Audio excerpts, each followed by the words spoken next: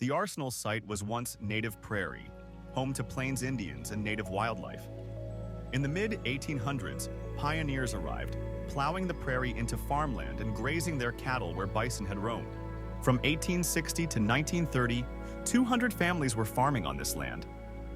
In the 40s, 20,000 acres of land were purchased by the government for the manufacture of chemical weapons for World War II. It became the Rocky Mountain Arsenal. It was reactivated in the 50s for the Korean War. The chemical weapons were never used. The Army chose this site because of water resources and transportation routes. It was centrally located and far from coastlines, thus deemed safe from enemy attack. A prisoner of war camp was also located here. From 1943 to 1946, as many as 300 German prisoners were held. In 1965, several earthquakes hit the arsenal area.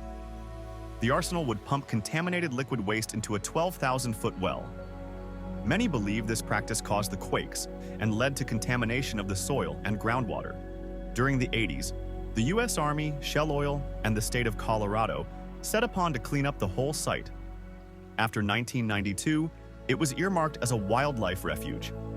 In 2003, 900-plus acres were sold to Commerce City. That's when the Rocky Mountain Arsenal National Wildlife Center came into existence in 2004.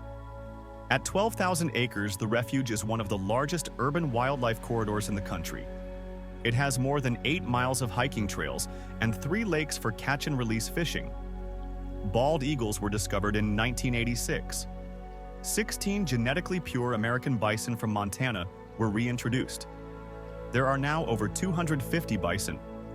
Over 330 species of mammals, birds, fish, reptiles, and amphibians make their home here. From its humble beginnings, it has transitioned to a diverse landscape of animals, lakes, and wide-open spaces. From the manufacture of weapons and toxicity, it has evolved into a place of peace and beauty. I hope I enlightened you on its history and current status.